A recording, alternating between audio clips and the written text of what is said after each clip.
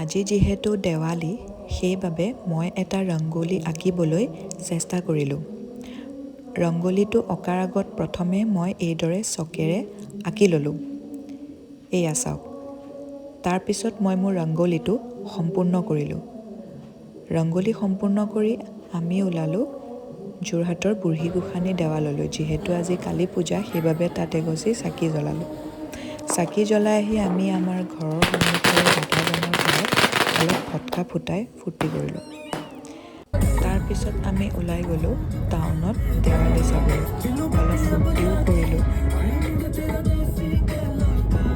From India, Assam, Jamuni, Jorhat, Udainagar, Namaste India. Namaste India.